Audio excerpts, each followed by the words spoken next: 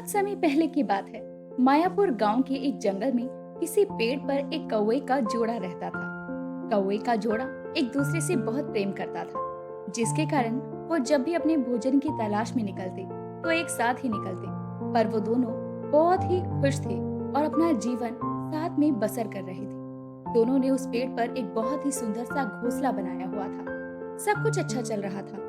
तभी एक दिन उनकी खुशियों को एक सांप की नजर लग जाती है और जिस पेड़ पर उन्होंने अपना घोंसला बनाया था, उस पेड़ के नीचे एक सांप अपना बिल बनाकर रहने लगता है। जब भी दोनों कौवे के जोड़े दाना चुगने के लिए घोंसला छोड़कर उड़ते, तभी सांप उनके घोंसले में घुसकर उनके दिए हुए अंडों को खा जाया करता। जब शाम के समय दोनों जोड़ा लौट कर आता तो उन्हें उनके घोंसला को खाली पाकर बहुत दुख होता और आसपास की मुसीबत का कोई अंदाजा उन्हें नहीं था। उन्हें ये पता ही नहीं चल रहा था कि उनके घोंसले के अंडे आखिर खा कौन रहा है। समय बीतता है और कई दिन निकल जाते और रोज अपने घोंसलों को खाली देखकर दोनों परेशान हो जाते हैं। एक दिन दोनों फिर से दाना चुगने के लिए अपने घोंसले को छोड़कर आसमान में उड़ते हैं, लेकिन उस दिन मौसम खराब होने की वजह से दोनों दाना चुगकर जल्दी घर वापस आ जाते हैं और देखते हैं कि उनके अंडों को उसी पेड़ के नीचे एक बिल में रहने वाला सांप खा जाता है। ये देखकर दोनों बहुत डर जाते हैं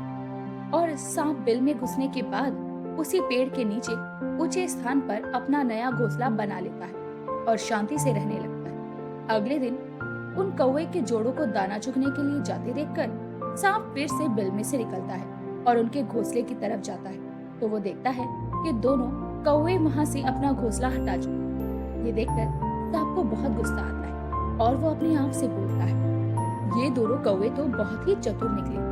अच्छा खासा बिल में बैठे बिठाए भोजन मिल रहा था, वो भी इन दोनों से रास नहीं आया। लगता है इन्हें मेरे यहाँ होने का आभास हो गया, जिसके कारण वो इस पेड़ को छोड़कर यहाँ से चले गए। अब मुझे अपने भोजन का इंतजाम कहीं और से करना पड़ेगा। ये सोचकर सांप निराश होकर अपने बिल में वापस घुस जाता है।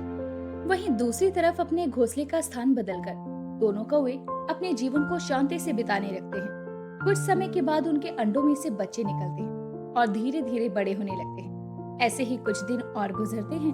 तभी एक दिन शाम के समय सांप अपने भोजन की तलाश में अपने बिल से बाहर आता है और तभी उसकी नजर उन दोनों कौवों पर पड़ती है, जो कि इस पेड़ के सबसे ऊंचे स्थान पर बने अपने घोंसले में खुश थे। ये देखकर सांप मुस्कुराता है और अपने आप से बोलता है, मैं तो खामखाहे इन दोनों को चतुर समझता रहा था, लेकिन ये तो बड़े ही बेवकूफ निकले जो इन्होंने दोबारा से इसी पेड़ पर घोंसला बना लिया। लेकिन अच्छी बात है, क्योंकि जो होता है अच्छे के लिए होता है। अब मुझे भोजन का इंतजाम करने के लिए कहीं जाने की जरूरत नहीं है। मुझे अपने बिल में बैठकर इनके दाना चुगने जाने का इंतजार करना होगा और सही समय आने पर मैं घोंसले में घुस जाऊंगा। सांप दोबारा से अपने बिल में घुसकर बैठ जाता है। अगले दिन जैसे ही दोनों कौवे दाना चुगने के लिए आसमान में उड़ते हैं, सांप चुपचाप अपने बिल से निकलकर उनके बनाए हुए घोंसले की तरफ बढ़ता है। वहीं दूसरी तरफ अधिक भूख न होने के कारण दोनों कौवे अपने घोंसले की तरफ लौट आते हैं और उनकी नजर सांप पर जाती है, जो कि उन्हीं के घोंसले की तरफ बढ़ रहा था।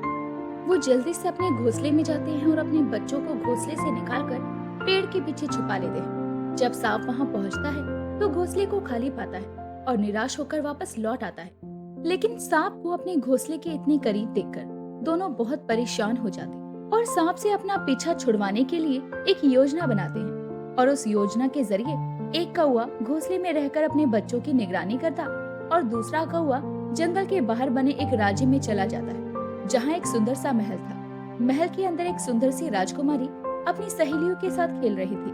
कौवा राजकुमारी के गले से मोतियों का हार निकालकर वहाँ से उड़ जाता है और सभी जोर जोर से चिल्लाने लगते हैं। राजकुमारी की आवाज सुनकर सैनिक वहाँ आते हैं और मोतियों का हार ले जाते हुए कौवे को आसमान में उड़ता हुआ देख लेते हैं और उसका पीछा करने लगते हैं। कौवा मोतियों का हार ले जाकर सांप के बिल में डाल देता है। कौवे का पीछा करते हुए सैनिक कौवे को मोती का हार बिल में डालते देख लेते हैं और जैसे ही वो हार निकालने के लिए बिल में हाथ डालते हैं, पुकारता हुआ सांप बिल से बाहर आता है और सांप को देखते ही सैनिक तलवार से उस पर वार कर देते हैं और सांप पूरी तरह से जख्मी हो जाता है।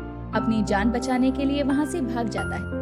सैनिक मोतियों का हार लेकर अपने राज्य वापस लौट आते हैं और इस योजना के जरिए कौवे के जोड़े को सांप से हमेशा के लिए छुटकारा मिलता है। जिसके बाद दोनों कौवे का जोड़ा फिर से अपने स्थान पर वापस आ जाते हैं और खुशी खुशी अपना जीवन बिताने लगते हैं। तो बच्चों, इस कहानी से हमें ये सीख मिलती है कि हमें कभी भी किसी निर्बल का फायदा नहीं उठाना चाहिए।